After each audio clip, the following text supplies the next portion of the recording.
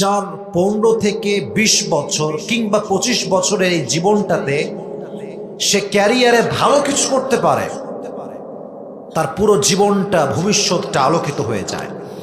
আর যারা এই 15 থেকে 25 বছরের জীবনে প্রেম প্রীতি ছ্যাঁকা খেয়ে জীবনটা ব্যাখ্যা করে দেয়, এদের ভবিষ্যৎটা অন্ধকার হয়ে যায়। যুবক ভাইরা,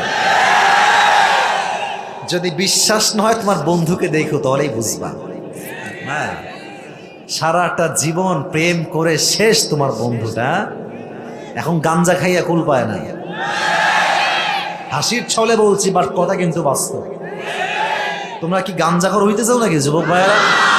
আমরা হবে দিনের ইসলামের সৈনিক, ঠিক কিনা বলো? এই জীবনটাকে নষ্ট করে দিও না। আর তোমার এই জীবনটা নষ্ট করছে কিছু জিনিস, তার ভেতরে প্রথম তালিকায় আছে স্মার্টফোন, দ্বিতীয়ত আছে নষ্ট চরিত্রহীন মেয়েরা। এরা যুবকের মাথাকে টোটালি নষ্ট করে ফেলে। রূপ দিয়ে, পোশাক দিয়ে, মিষ্টি মিষ্টি কথা দিয়ে। যেই মেয়ে বিয়ের আগে মিষ্টি মিষ্টি কথা বলে খুব বেশি তোমার সাথে, ওটা কাল লাগেনি, ওটা কাল লাগেনি।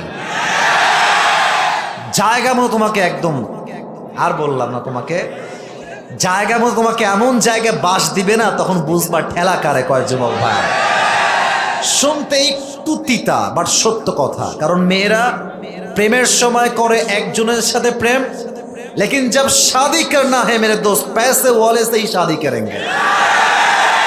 এখন টাকাওয়ালা যে তার মাথায় চুল আছে কিনা, that's not a big issue. হ্যাঁ, তো মেয়েকে যদি বলেন যে আয় হায় হায় এ আপনি क्या कर लिया, হ্যাঁ, বাবার চাইতে 8 বছরে বুড়াকে বিয়ে করলেন।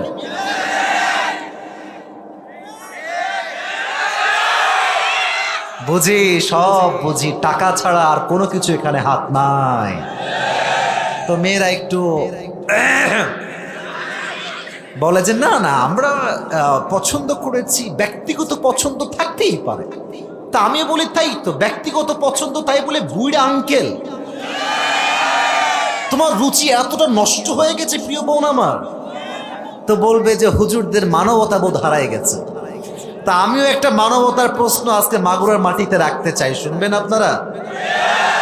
আচ্ছা, যেই মেয়েরা একজন টাকলাকে মুরব্বীকে মানে বিয়ে করে, আগে হাসবেন না, আমার কোনো আপত্তি নাই, আমার কোনো অবজেকশনই নাই। আমার অবজেকশন এক জায়গায়, আচ্ছা তোমার এত ভালোবাসা খালি টাকলা যে টাকাওয়ালা তার জন্য উতলায়, গ্রামের সাধারণ মুরব্বীর জন্য তোমার ভালোবাসা কোথায় যায়? বুঝলে বুঝপাতা, না বুঝলে ও ভালোবাসা খালি টাকাওয়ালার জন্য আসে। এই জন্য আল্লাহ প্রত্যেকটা মেয়েকে এটা বোঝার তৌফিক দান করো, সকলে পড়া আমিন। অতএব আজ থেকে ডান বাম বাদ, ক্যারিয়ারে ফোকাস করো। তুমি যদি নিজেকে ঠিক করতে পারো, প্রতিষ্ঠিত করতে পারো, তোমার জীবনে ভালোবাসার মানুষের কোনো অভাব হবে না। যুবক ভাইরা, আল্লাহ প্রত্যেকটা যুবককে ক্যারিয়ারে ভালো কিছু করার তৌফিক দান করুন, সকলে পড়া আমিন। আর একটা গর্বের বিষয় আছে মাগুরার জন্য, মাগুরার সন্তানরা প্রমাণ করেছে এরা যে ফিল্ডে যাবে ওয়ার্ল্ডে নাম্বার 1 র্যাঙ্কিংয়ে তারা পৌঁছে যাবে। ঠিক এটা মাগুরার রেকর্ড আছে তো। এটা আপনাদের যিনি আপনাদের এমপি সাকিব আল হাসান, নাম শুনছেন না আপনারা? হ্যাঁ, উনি তো এটা প্রমাণ করেছেন। আমি কোনো পক্ষের লোক না, কোনো বিপক্ষের লোক না। আমার কথা একটা, যেই জেলায় যেটা ভালো দিক আছে, কে মাইন্ড করলো কে করলো না, ভালো দিক আমি বলেই ছাড়বো এটা। তো তোমরা মাগুরার সন্তান, তোমরা হবা ওয়ার্ল্ডের র্যাঙ্কে নাম্বার 1। তোমরা যেখানেই যাবা 1 নাম্বার স্থান অধিকার করবা, ঠিক কিনা বলো?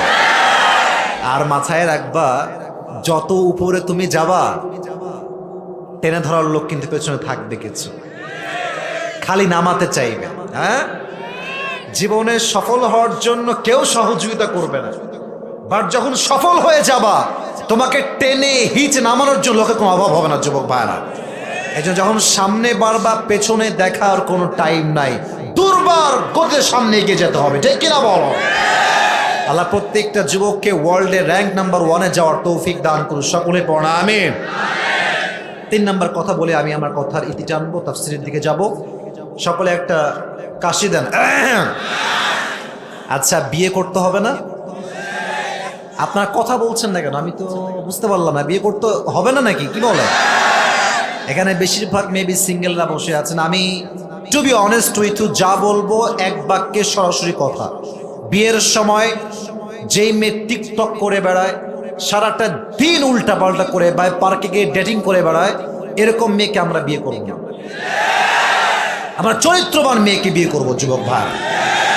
আর যখন বিয়ে করতে যাবা খুবই সাবধানে যাবা, কারণ হচ্ছে যে মেয়েরা যত যাই করুক জীবনে, পাত্রী হয়ে আসলে কিন্তু মাশাআল্লাহ ইয়ার ये तो अभी के अभी जन्नत से भाग के आई है। কথা কি আমার বোঝা যায় যুবক ভাইরা? দেখবা হিজাব নেকাব না পারে হাত মোজা পা মোজা পরে আসে, হ্যাঁ, মানে বুঝাচ্ছে যে সত্যি বিশ্বাস করেন আমার মতো ভালো কেউ নাই। আর যদি তুমি ভুলে বলো যে আচ্ছা আপু বুঝলাম যে আপনি মাশাআল্লাহ অনেক পর্দাশীল মেয়ে, আচ্ছা আপু মাইন্ড না করলে একটা কথা জিজ্ঞেস করা যাবে? বলেন ভাইয়া, কোনো সমস্যা নাই। তো বলবো যে আচ্ছা আপনার কি এর আগে কোথাও ছিল নাকি? তো মেয়ে ছিল কিন্তু 4 থেকে 10টা, কিন্তু বলবে ছি ছি নাউজুবিল্লাহ, কি বললেন এটা আপনি? যে মেয়ে একটু বেশি সুফিগিরি দেখায়, याद रखना मेरे दोस्त, दाल में कुछ काला तो जरूर है वहां पे। फज़फर बिदाति दीनी तरिबत यदक। নবীজি বলেছেন যদি তুমি বিয়ে করে সফল হতে চাও, become successful by selecting the one who has religion, character and conduct। যার চরিত্র ভালো, যার দিনদারিত্ব ভালো, যে মুত্তাকি মেয়ে, তাকে তুমি বিয়ে করো, তুমি তোমার জীবনের সফলতার চূড়ান্ত পর্যায়ে পৌঁছে যাবার। সুবহানাল্লাহ পড়লেন না আপনারা? আল্লাহ সবাইকে চরিত্রবান মেয়ে দেখে বিয়ে করার তৌফিক দান করুন, সকলে পড়া আমিন। আজকে আমরা যে কিতাব থেকে তাফসীর শুনবো, এই কিতাবটার নাম কি? না, এটা মাগুরার সাউন্ড না, জোরে বলেন কিতাবটার নাম। এই কোরআনে কোনো ভুল আছে? কোনো সন্দেহ আছে? কোরআনটাকে মুত্তাকিদের জন্য হেদায়াত স্বরূপ পাঠিয়ে দিয়েছে একজন। আওয়াজ দিয়ে বলেন তো তিনি কে? যালিকাল কিতাব। বামের সাউন্ড বেশি, এদিকে সাউন্ড নাই। যালিকাল কিতাব হুদাল্লিল মুত্তাকিন। এমন একটা কিতাব যে কিতাবে কোনো ভুল নাই, কোনো সন্দেহ আছে নাকি যুবক ভাইরা? বলো বলো। যেই মুত্তাকি, যার হৃদয়ে আল্লাহর ভয় আছে, তার জন্য এই কিতাবটাকে হেদায়াত স্বরূপ পাঠিয়েছে এক সত্তা। আওয়াজ দিয়ে বলেন তিনি কে? আচ্ছা বলেন তো, যারা কোরআন মানে, পড়ে, বোঝে, তারা কি জাহান্নামে যাবে না জান্নাতে যাবে? জান্নাতে যে যাবে তাও এত আস্তে কইলেন। জাহান্নামে যাবে না জান্নাতে যাবে? কিতাবুন আনজালনাহু ইলাইকা লিতুখরিজান নাসা মিনাল যুলুমাতি ইলান নূর। O my prophet, I have sent to you this Quran that you can lead the mankind out of darkness into the light. নবী হে, কোরআনটা আপনার কাছে আমি এই জন্য নাজিল করেছি যাতে করে আপনি অন্ধকারচ্ছন্ন মানুষগুলোকে আলোর পথ দেখাইতে পারেন। দ্যাট মিনস জাহান্নামী মানুষগুলোকে কোরআনটা জান্নাতি মানুষ বানাবার জন্য আসছে। সুবহানাল্লাহ পড়বেন না আপনারা? লাস্ট প্রশ্ন, বলেন তো, কোরআনটা মানলে, পড়লে, বুঝলে ভাগ্যের চাকা কি বন্ধ হয়ে যায় না খুলে যায়? সে কি হতভাগা হয়ে যায় না সৌভাগ্যবান হয়ে যায়? দলিল কি? কোরআন 16 নম্বর পারা 11 নম্বর পৃষ্ঠা সূরাত তাহা। আল্লাহ তাআলা বলছেন, ফার্স্ট আয়াহ, তাহা মা আনজালনা আলাইকাল কুরআনা লিতাশকা। O my prophet, I have not sent to you this Quran that you be distressed. নবী হে, কোরআনটা এই জন্য নাজিল করি নাই যে আপনার কপালটা পুড়ে যাবে। কোরআনটা এই জন্য নাজিল করি নাই যে আপনি হতভাগা হয়ে যাবেন, বরং কোরআনটা যে পড়বে, যে মানবে, যে বুঝবে, তার ভাগ্যের চাকা আল্লাহ তাআলা নিজেই খুলে দিবে। সুবহানাল্লাহ পড়বেন না আপনারা? আজকে আমরা এই কোরআন থেকে একটা নির্ধারিত বিষয়ে তাফসীর পেশ করব, মূল আলোচ্য বিষয়।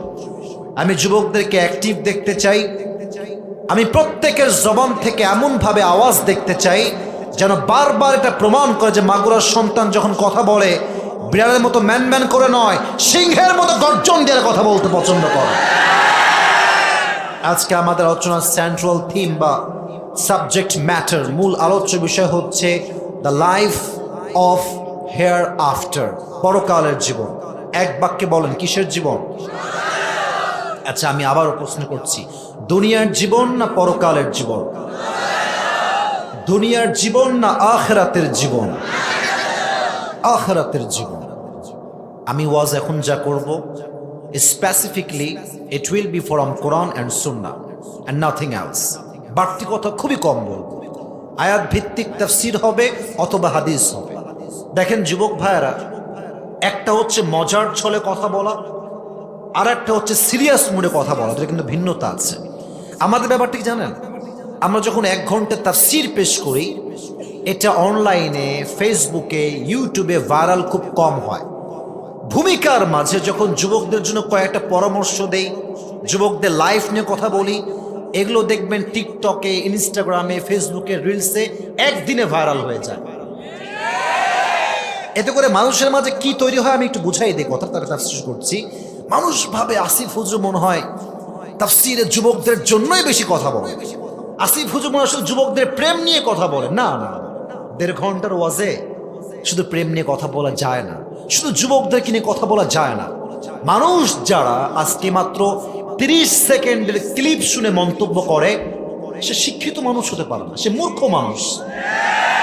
ওয়াজ করলাম 1.5 ঘন্টা, আপনি শুনলেন 30 second, doesn't make any sense. এটা আপনি কেমনে করলেন? আপনাকে পুরো ওয়াজ শুনতে হবে, তারপরে আপনি মন্তব্য করবেন। আর যতই মন্তব্য করেন, কারো মন্তব্য আমাদের গন্তব্য ঠেকাতে পারবে না, ঠিক কিনা বলো? তাহলে আমাকে বলো, আমরা আজকে কথা বলবো দুনিয়ার জীবন না পরকালের জীবন?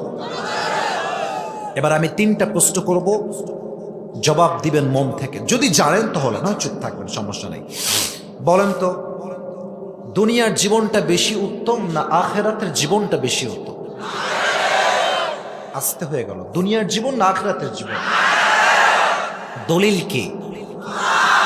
দলিল কি? 30 নম্বর পারা, সূরাতুদ দুহা। আল্লাহ তাআলা বলছেন, ওয়ালাল আখিরাতু খায়রুল লাকা মিনাল উলা, the life of hereafter is much more better than this worldly life. আল্লাহ তাআলা বলছেন, দুনিয়ার জীবনটাকে আমি আল্লাহ তাআলা আখিরাতের জীবন চাইতে বেশি উত্তম করি নাই, বরং দুনিয়ার জীবনের চাইতে আখিরাতের জীবনটা হাজার হাজার গুণ বেশি উত্তম। সুবহানাল্লাহ পড়বেন না আপনারা? সেকেন্ড কোয়েশ্চেন, জানলে বলবেন, না হয় চুপ থাকবেন। দুনিয়ার জীবনটা বেশি লম্বা হবে না আখিরাতের জীবনটা বেশি লম্বা হবে? Right answer. দলিল কি? 30 নম্বর পারা, সূরাতুন নাজিয়াতের শেষ আয়াত, 46 নম্বর আয়াত। আল্লাহ তাআলা বলছেন, কান্নাহুম ইয়াওমা ইয়ারাউনাহা লাম ইয়ালবাসু ইল্লা আশিয়াতান আও দুহাহা। এই আয়াতটা পড়লে আমার চোখ মুখ অটোমেটিকলি বড় হয়ে যায় ভয়ে, চিন্তায়, যে আল্লাহ কি বলেছেন এইখানে। একটু শুনবেন, একটু দিলের কানটা খাড়া করবেন। আল্লাহ তাআলা বলছেন, এই পৃথিবীর মানুষ যখন মারা যাবে, and when the people of the world they will face the life of hereafter, they will say just one thing. The person will say just one thing, and he will say, I was in this world just like on morning or on evening. মাগুরার যে সন্তান মারা যায়, পরকালের জীবনটা শুরু করবে, এতটা লম্বা জগৎ হবে, এতটা লম্বা পিরিয়ড অফ টাইম হবে, সে বলবে, আল্লাহ আখিরাতের জীবনটা এত লম্বা, আমার তো মনে হচ্ছে আমি দুনিয়াতে মাত্র একটা সকাল কিংবা একটা সন্ধ্যা অবস্থান করেছিলাম। আল্লাহু আকবার। 60 বছরের জীবনকে মাত্র একটা সকাল কিংবা একটা সন্ধ্যা মনে হবে। ভাবেন, একটু ফিল করেন। আমার বয়স যদি আপনি বলেন, হুজুর আপনার বয়স 30-এর কাছাকাছি, আমার এই 30 বছরের জীবনটা আমার সেদিন মনে হবে কি জানেন? একটা সকাল ছিলাম, যে মুরব্বীর বয়স 70 বছর, যখন সে পরকালের জীবন শুরু করবে, সে বলবে আমি মনে হয় পুরো দুনিয়াতে মাত্র একটা সন্ধ্যা ছিলাম। কতটা লম্বা সময় হবে পরকালের জীবনটা। 3 নম্বর প্রশ্ন, মৃত্যু যে সত্য, কবরের জীবন যে সত্য, আখিরাত যে সত্য, একদিন যে আল্লাহর কাছে দাঁড়াতেই হবে, do we believe that or not? Do we believe that or not? কবরের জীবনকে আমরা বিশ্বাস করি কি করি না? ঈমানের কথাটা বলেন না, করি কি করি না? আখিরাতের জীবনকে আমরা সবাই বিশ্বাস করি কি করি না? এখন আসুন মূল গুরুত্বপূর্ণ বিষয়টাকে আমি হাইলাইট করি। আখিরাতের জীবনটা আসলে কাকে বলে? কিয়ামতের দিবস আসলে কাকে বলে?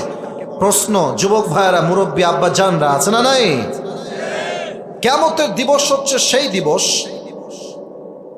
on that day Allah subhanahu wa ta'ala will resurrect all the creatures in this world. Allah will resurrect the people of Magura. এটা হচ্ছে সেই দিন যেই দিন প্রত্যেকটা দুনিয়ার মানুষকে আল্লাহ তাআলা এক বিশাল বড় ময়দানে একত্রিত করবেন। And Allah subhanahu wa ta'ala will ask them about two things. দুটি বিষয়ে জিজ্ঞেস করা হবে। এক, about their faith, iman. দুই, about their good deeds during their life on earth. দুই হচ্ছে ভালো আমল। বলেন তো কয়টা বিষয় বললাম? মরে গেছেন দেখছি সবাই, বলেন কয়টা? এক হচ্ছে ইমান, দুই হচ্ছে আমল। এবার আমাকে বলেন, এক হচ্ছে, আরো জোরে, এক হচ্ছে, দুই হচ্ছে আমল। এবার আসুন ওয়াজের ধারায় আমরা ফিরে আসি। পরকালের জীবনের প্রথম ধাক্কা শুরু হবে মৃত্যু দিয়ে। কি দিয়ে? তোমরা কথা বলো না কেন? আবার জিজ্ঞেস করছি, পরকালের জীবনের প্রথম ধাক্কার নামটা কি? মৃত্যু। কুল্লু নাফসিন যায়িকাতুল মাউত। স্পষ্ট কথা, everyone has to take the test of death. প্রতিটা মানুষকে মৃত্যুর স্বাদ গ্রহণ করাবে একজন। আওয়াজ দিয়ে বলেন তিনি কে? And keep it in your mind, there are two kind of death. মৃত্যু হচ্ছে মোট দুই প্রকার। আমার কোন একজন আলেম আজকে ওয়াজের মাঝেই বললেন কানে কানে, হুজুর এমন কিছু কথা বলবেন যে কথার দ্বারা মানুষ বেনামাজি থেকে নামাজি হতে পারে। আমি অ্যাপ্রিসিয়েট করলাম, কথা বাস্তব। যে নামাজি হতে চান, ওয়াজটাকে হৃদয়ের কান দিয়ে শুনবেন, হৃদয়ের কান খাড়া করেন। Number one, the death of people, those who perform the salah. এক হচ্ছে সেই বান্দার মরণ যে নামাজি। Number two, the death of people, those who do not perform the salah. দুই হচ্ছে সেই বান্দার মরণ যে নামাজ পড়ে না। নামাজি বান্দার মরণ এবং বেনামাজি বান্দার মরণ পার্থক্য আছে না নাই? ডেফিনেটলি আছে। কতটা আছে আমি বোঝাবো, হাদিস থেকেই বোঝাবো। নামাজি বান্দা যে হবে, যখন তার মৃত্যুর সময় হয়ে যাবে, মালাকুল মউত তার চোখের সামনে আসবে সাদা ধবধবে যুবকের বেশে। আমার জুব্বা কি কালার বলেন দেখি আপনারা সবাই? সাদা। তার জুব্বার রং হবে সাদা, হাদিস থেকে বলছি। তার চেহারা হবে, he will be look like a young man, একদম তাগড়া যুবক। চেহারায় থাকবে নূর। তার সুন্দর নুরানি চেহারা দেখে নামাজি বান্দার চেহারায় একটা মুচকি হাসি বের হয়ে যাবে। সুবহানাল্লাহ পড়বেন না তো সবাই? এবার মালাকুল মউত ডাক দিয়ে বলবে সুন্দর ভাষায়, ইয়া আইয়াতুহান নাফসুল মুতমাইন্নাহ উখরুজি ইলা মাগফিরাতিল্লাহি ওয়া রিজওয়ানিহি। এই প্রশান্ত আত্মা, কাম অন, আসো, স্বাগতম। ইলা মাগফিরাতিল্লাহি ওয়া রিজওয়ানিহি, you have nothing to be worried, কোনো টেনশন নাই। আল্লাহর জান্নাত তোমার জন্য অপেক্ষায় আছে। সুবহানাল্লাহ পড়ে। আচ্ছা, আমার দিক তাকান সবাই। আমার হাতে এটা কি? দেখতে সমস্যা। এবার বলেন সবাই, এটার নাম কি? আচ্ছা, টিস্যু কি গোল হয় না চার কোনা হয়? চার কোনা হয়। হ্যাঁ, গোল না চার কোনা? চার কোনা। আচ্ছা, আমরা পকেটে মাঝে মাঝে রুমাল রাখি না, হ্যান্ড রুমাল, এটা কি গোল হয় না চার কোনা হয়? এবার হাদিস শোনেন। কাফাম মিন নাকফানিল জান্নাহ ওয়া হানুত মিন হানুতিল জান্নাহ। যেই বান্দা নামাজি হবে তার রুহুকে কবজ করবার জন্য আল্লাহ তাআলা জান্নাত থেকে তার জন্য একটা লাল রেশমি রুমালের কাপড় জান্নাত থেকে দুনিয়াতে পাঠায় দেবে। এগুলো শুনলে আমার খুশি লাগে, মনটা ভালো লাগে। কারণ বলি একটু, সব ভাববেন না। আমি যখন একদম ছোট্ট, একদম যখন আমার বয়স কত হবে 4 থেকে 5, তখন থেকে আল্লাহর রহমতে 5 ওয়াক্ত নামাজ পড়ি আলহামদুলিল্লাহ। এটা শো অফ করছি না, please don't take it negatively. Show off করছি না, কারণ কেন, আমার আব্বা একজন ইসলামিক স্কলার, উনি একজন আলেম, মাদ্রাসার প্রিন্সিপাল, উনি একজন মসজিদের খতিব। ছোট্টবেলায় যখন এতটুকু আমাকে মক্তবে দিয়ে দিয়েছে, তখন থেকে দিনের শিক্ষায় বড় হয়েছি। তো নামাজ যে পড়বে তার মৃত্যু যে কতটা সুন্দর হবে, তার দেহের থেকে যখন রুহটা বের হবে, একটা কালো পিঁপড়া কামড় দিলে যেমন মানুষ টের পায় না, সেও টের পেয়ে উঠবে না, তার আগেই সে জান্নাতের বাসিন্দা হয়ে যাবে। সুবহানাল্লাহ পড়বেন না আপনারা? এটা হচ্ছে নামাজি বান্দার নামাজ। নাও we will talk about the death of people, those who do not perform the salah. এখন আসেন বেনামাজি বান্দার মরণের ধাক্কাটা কেমন হবে। এখানে অনেক যুবক তোমরা আসছো, মাইন্ড করবা না। এখানে অনেক যুবক আছে এরকম যারা মাহফিলে আসছে, এশারের নামাজটা পড়ে নাই। আপনি মাইন্ড করবেন না, মাইন্ড করবেন না। এবং এখানে এমন যুবকও আছে, এরা এখান থেকে ফিরে যাবে, ফজরের নামাজটাও পড়বে না। বলবেন হুজুর আপনি এত বড় কথা বললেন, মাহফিল তোলে লাভ কি হলো? লাভ আছে। আমি জানি না, আমার কোনো একটা কথা কোন যুবকের হৃদয় এমন আঘাত করতে পারে যে কাল থেকে 5 ওয়াক্ত নামাজিও তো হতে পারে। হেদায়াত দেওয়ার মালিক একজন, আওয়াজ দিয়ে বলেন তো তিনি কে? বেনামাজি বান্দা যখন মারা যাবে, তার চোখের সামনে মালাকুল মউত যখন আসবে, তার দেহের পোশাক হবে ব্ল্যাক, কালো, তার গায়ের চামড়ার রং হবে নীল, তার পা থাকবে জমিনে, হেড তথা আকাশ মাথা থাকবে আকাশ বরাবর, বিশাল লম্বা একটা দেহ হবে তার, ভয়ঙ্কর চেহারা। যখন বেনামাজির সামনে মালাকুল মউত দাঁড়াবে, তার ভয়ঙ্কর রূপ দেখে, ভয়ঙ্কর চেহারা দেখে বেনামাজি মুরব্বী, যুবক, মেয়ে, মহিলা, তার দেহের প্রত্যেকটা অঙ্গ প্রত্যঙ্গ থর থর থর থর করে কাঁপবে, ডানে বামে থর থর করে কাঁপবে। মাঝে মাঝে বোবাজিন ধরে, এটা কি আপনারা জানেন সবাই? বোবাজিন আমাকেও মাঝে মাঝে ধরে, খুব খেয়াল করেছে আমি, এটা আমার বাস্তবিক অভিজ্ঞতা বলছি। বোবাজিন ধরলে মুরব্বী যুবক যতই চিৎকার করুক কেউ শুনতে পায় না। সেদিন আমার প্রোগ্রাম ছিল বগুড়া, নাম শুনছেন আপনারা? বগুড়ায় প্রোগ্রাম করে যখন আমি বাসায় ব্যাক করলাম, মেবি তখন বাজে ভোর 4টা থেকে 5টা। আমি এখনো মনে করতে পারি, বেশি দিন নাই তো, 1-1.5 মাস আগের কথা। পেছনে যে সিট থাকে গাড়ির, দেখবেন 3 সিট থাকে। কয় সিট থাকে যুবক ভাইরা? তো আমি যখন কাম ব্যাক করি বাসায় মাহফিল করে, প্রায় সময় ঘুমিয়ে যাই সিটে, বালিশ দিয়ে ঘুমিয়ে যায়, লম্বা করে পা দিয়ে ঘুমিয়ে যাওয়ার ট্রাই করি, যাতে ফজরের নামাজটা ঠিকঠাক মতো পড়া যায়, তাই ঘুমিয়ে যায় আগে ট্রাই করি আর কি। তো সেই দিন আমি ঘুমায় গেছি, ধরেছে আমাকে বোবাজি, এমন শক্ত করে ধরেছে। ড্রাইভার আমাকে ডাকছে, হুজুর ওঠেন, বাসায় চলে আসছি। আমি সব বুঝতেছি, আমি ফ্ল্যাটে আছি, নিচতলায় আছি, বগুড়ায় মাহফিল ছিল, ড্রাইভার ডাকতেছে, গায়ে হাত দিচ্ছে, আই ক্যান আন্ডারস্ট্যান্ড এভরিথিং, সব বুঝি, কিছু বলতে পারতেছি না। উঠবো যে উঠতে পারতেছি না, প্রায় আধা ঘন্টা অমনি শুয়ে আছি।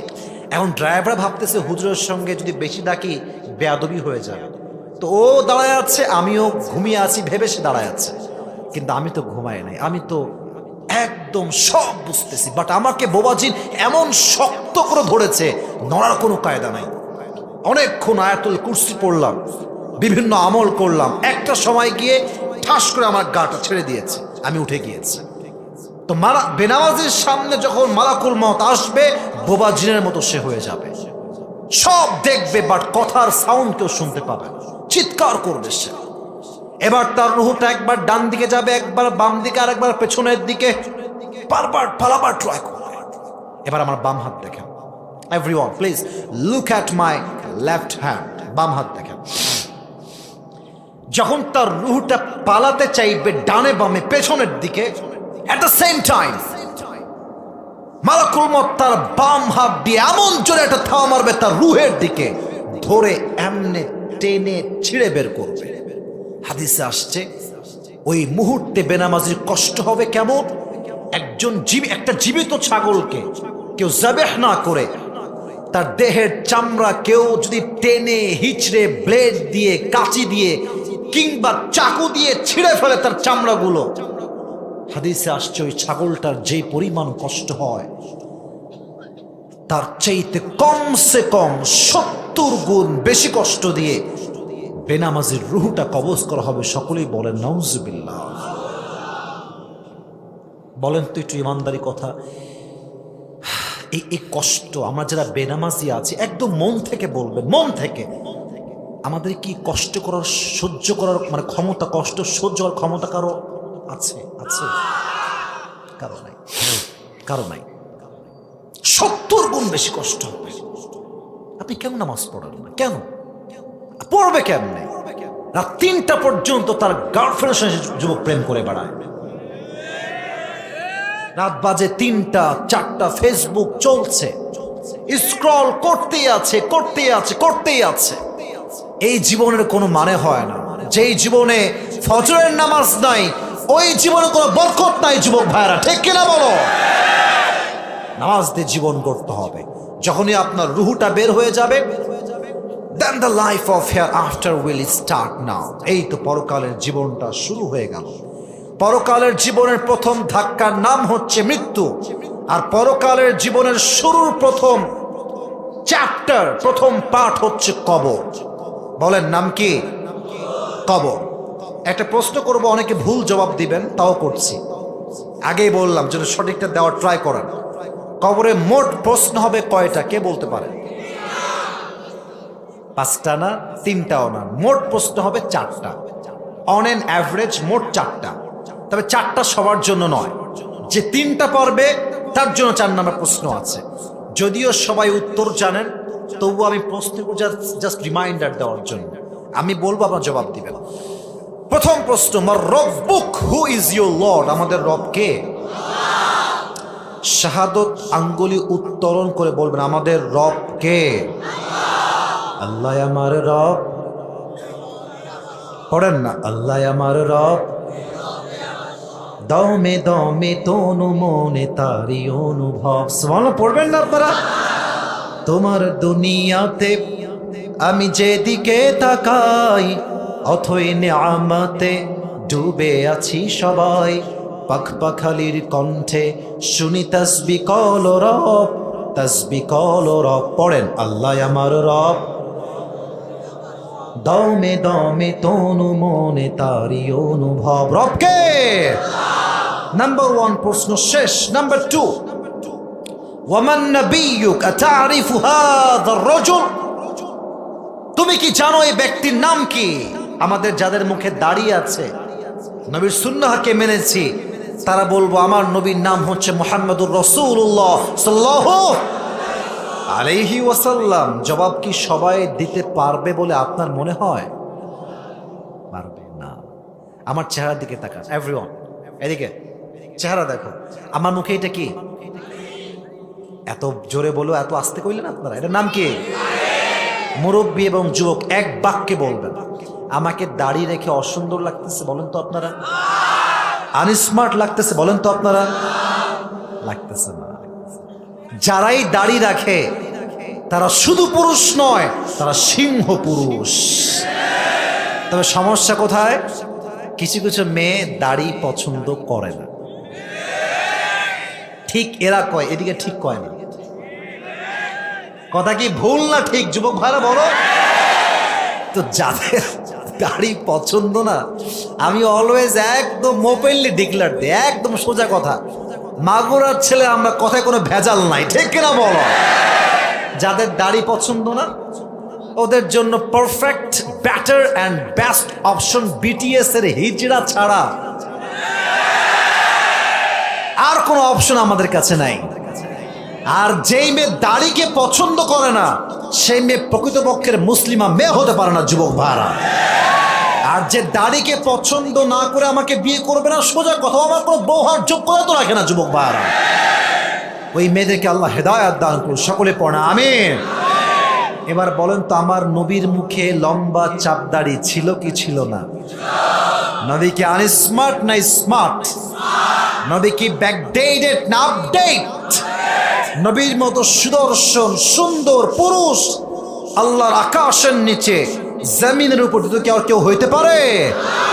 চাঁদের চেয়ে সুন্দর তুমি নবী আমার কামলিহিওয়ালা, দো জাহানের বাদশাহ তুমি প্যারা নবী সাল্লে আলা, দো জাহানের বাদশাহ তুমি প্যারা নবী সাল্লে আলা, চাঁদের চেয়ে সুন্দর তুমি নবী আমার কামলিহিওয়ালা। সুবহানাল্লাহ পড়বেন না আপনারা? যেই জবাব দিবে তার মুখে দাঁড়িয়ে থাকতে হবে, নবীর সুন্নাহের আশিক হতে হবে। 3 নম্বর প্রশ্ন, ওয়ামা দিনুক আছেনি? অনেকের তো দাড়ি ওঠেই না। আমার ড্রাইভার বলছে, হুজুর বয়স তো অনেক হয়ে গেল, বাপের দাড়ি আছে বাট আমার দাড়ি ওঠেই না। তা আমি বললাম, মাহফিল সে দেখা করবে না, ফু মেরে দিব, দাড়ি উঠে যাবে, সমস্যা নাই। মজা করলাম। দাড়ির জন্য ন্যাচার লাগে।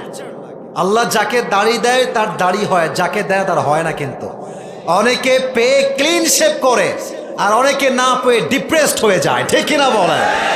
আল্লাহ প্রত্যেককে চাপ দাড়ি রাখার তৌফিক দান করুন, সকলে পড়া আমিন। 3 নম্বর প্রশ্ন, আমার দিন, what is the name of your religion? আমাদের ধর্মের নাম কি? এক বাক্যে বলেন। ইসলামকে ধর্ম হিসেবে আমরা সবাই খুশি না বেজা? 3টা প্রশ্ন শেষ, বলেন সবাই শেষ। 4 নম্বর প্রশ্ন, ওয়ামা ইলমুক? আচ্ছা তুমি এত কিছু জানো কেমনে? তোমার রব আল্লাহ তাআলা, তোমার নবী মুহাম্মদুর রাসূলুল্লাহ সাল্লাল্লাহু আলাইহি ওয়াসাল্লাম, তোমার ধর্ম যে Islam, how do you know that man? তুমি জানো কেমনে? ওয়ামা ইলমুক, what is the source of your knowledge? তোমার জ্ঞানের উৎস কোথায়? আমরা বলবো একটা কিতাব আমার জ্ঞানের উৎস, কিতাবটার নাম কি? আল কোরআন।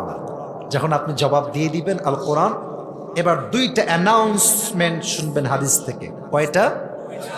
1, ফেরেশতা বলবে একে আর ধর পাকড়াও কইরো না, এই মুরব্বীর কবরকে, এই যুবকের কবরকে তোমরা 70 গজ লম্বা করে দাও। 2 নাম্বার, এই নামাজি যুবক, এই মুরব্বী আপনি ঘুমিয়ে যান। নাম কেন মিল আরুফ, একজন নতুন বিবাহিতা নারী নববধূ যেমন বাসর রাতে স্বামীর সাথে আরামে ঘুম দেয়, তুমিও আজকে ঘুমিয়ে যাও কবরের এই মাটিতে। কিয়ামত পর্যন্ত তোমার ঘুম কেউ কখনো ভাঙাতে আসবে না। সুবহানাল্লাহ। কোথায়? আহা আল্লাহ, তুমি আমাদের পরকালের জীবনের প্রথম যেই অংশ কবর, প্রথম মঞ্জিল, এ কবরের জীবনটা আমাদের সকলের জন্য সহজ করে দিও, সকলে পড়া আমিন। এবার আসুন, পরকালের জীবনের 3টা ভাগ আমরা জানব। যুবক ভাইরা, রাত তো বেজে গেছে প্রায় 12টার পরে কি ওয়াজ হয় না এখানে? হয়। আজকে কিন্তু 12টার পরে ওয়াজ আমি করেই ছাড়বো, কে মাইন্ড করে দেখার টাইম আমাদের কাছে আজকে নাই যুবক ভাইরা। আর কথা হচ্ছে, পুরো বছরে একদিন আসছি, তাও যদি হিসাব করে ওয়াজ করি মানুষের মনটা ভরবে না আজকে, ঠিক কিনা বলে? আমার একটা অনুরোধ থাকবে, রাত 12:30 বাজলেও আমরা দোয়া করে বাসায় যাব, রাজি আছেন তো ইনশাআল্লাহ? এবার আমার সঙ্গে হাত তুলে বলবেন, পরকালের জীবনটা কয় ভাগ? জোরে বলেন, কয় ভাগ? এটা কিন্তু মুখস্থ রাখতে হবে যুবক ভাই, একদম মুখস্থ আজীবনের জন্য। 1, যে পরকালে বিশ্বাস করে তাকে বিশ্বাস রাখতে হবে, আমার রুহু যে আজকে মৃত্যুর মাধ্যমে বের হয়ে কবরে গেল, এই রুহুটা আবার আমাকে কিয়ামতের দিবসে, কবরের দিবসে, পরকালের জীবনে আবার আমাকে ফিরাই দিবে একজন, আওয়াজ দিয়ে বলেন তো তিনি কে? এটা আমরা সবাই বিশ্বাস করি তো? জোরে বলো না, করি কি করি না, করি কি করি না? কাফেররা করে না, কাফেররা করে না। কাফেররা বলে কি জানেন? তারা বলে তোর বাপ যে মরছে, তোর বাপ কি কখনো কবর থেকে উঠে আসছে? উত্তর হবে না, উঠে তো আসে নাই। তো তারা বলবে যেহেতু বাপ আসে নাই তার মানে ওই জীবনে কোনো জীবন নাই, অতএব নো টেনশন, ডু ফুর্তি। নাউজুবিল্লাহ পড়বেন না তো সবাই? এটা সত্য নয়। আজকে রুহুটা বের হবে, কবরে যাওয়ার পরে আবার রুহুটা ফিরাই দিবে একজন, আওয়াজ দিয়ে বলেন তো তিনি কে? আচ্ছা আমার হাত দিকে তাকে বলেন তো, এই যে উপরে এটার নাম কি? সামিয়ানা। এটার নাম কি বলেন সবাই, কি নাম? সামিয়ানা ঠিক রাখার জন্য কমপক্ষে এখানে on an average, if I am not doing any mistake, maybe এখানে কমপক্ষে 40টা বাঁশ তো আছে, আছে না যুবক ভাইরা? বলো বলো বলো। আচ্ছা বলেন তো, ওই যে আকাশ, বিশাল বড় আকাশ, ওই আকাশটা ঠিক রাখার জন্য কয়টা বাঁশ কিংবা কয়টা খুঁটি আছে বলেন? আছে আছে আছে নাই? আল্লাহ তাআলা বলছেন আনতুম আশাদ্দু খালকান মিস সামাউ বানাহা, আমি আল্লাহ যে বিশাল আকাশ তৈরি করলাম, কোনো খুঁটি নাই, বাঁশ নাই, দেওয়াল নাই, খাম্বা নাই, আজ অব্দি সে আসমানটা স্থির আছে। আমি আল্লাহ যেই আসমান তৈরি করলাম, বিশাল সুবিশাল বড় আসমান, টিকে আছে আমার শক্তির বলে। আমি আল্লাহ যদি আসমান তৈরি করতে পারি, তোর মতো ক্ষুদ্র নগণ্য বান্দাকে আমি আবার চাইলে জীবন দিতে পারি কি পারি না? বড় যুবক ভাইরা, আজকে আমি এত লম্বা, আমার হাত এত লম্বা, দাড়ি এত বড় বড়, আমার লম্বা হচ্ছে প্রায় 6-এর কাছাকাছি। আমি কি মায়ের পেটে এমন ছিলাম নাকি যুবক ভাইরা? বলো। ছোট্ট নাপাক পানি ছিলাম। আলাম ইয়াকু নুতফাতাম মিন মানিয়্যি ইউমনা, তুই তো সামান্য একটা ক্ষুদ্র নাপাক পানি ছিলি তোর মায়ের পেটে, ছোট্ট একটা বীর্যের অংশ, স্পার্ম। সেখান থেকে আমি আল্লাহ তাআলা তোকে জীবন দিয়েছি, রূহ দিয়েছি, বডি দিয়েছি, হাত দিয়েছি, গাল দিয়েছি, নাক দিয়েছি, কান দিয়েছি, চোখ দিয়েছি, কপাল দিয়েছি, পা দিয়েছি, সব দিয়েছি। আমি আল্লাহ যেই তোকে এত কিছু দিলাম, তোকে চাইলে তোর ছোট্ট রুহটা আবার তোকে ফিরাই দিতে পারে কি পারি না যুবক ভাইরা? বলো। তার মানে বোঝা গেল পরকালের জীবনে যে উঠতে হবে, আবার যে জীবিত হওয়া লাগবে, এটা সত্য, এক number. 2, if you believe in life of hereafter, then you must have to believe in on the day of judgment. যে পরকালে বিশ্বাস রাখে তাকে এটা বিশ্বাস রাখতে হবে, আমার আমল চাই ছোট হোক কিংবা বড় হোক, আমার প্রত্যেকটা আমলের হিসাব নিবে এক সত্তা। আওয়াজ দিয়ে বলেন তো তিনি কে? এবার আমি হাদিসগুলো এক্সাম্পল দিব একদম প্র্যাকটিক্যালি। 2 হাত দেখেন, দেখা যায়? আপনি বলেন দেখা যায় আমার 2 হাত? এটা হচ্ছে আমার ডান আমল। মুরব্বীরা আমার দিকে তাকান, যুবকরা আমার দিকে তাকান, এটা আমার কি আমল? এটা আমার, এত আস্তে কেন? এটা আমার, এটা আমার আয়াত বলছে আগে, ফামান থাকুলাত মাওয়াজিনু ফাহুয়া ফি আইশাতির রাদিয়া। এবার আসেন প্র্যাকটিক্যালি আয়াতটা বোঝাই।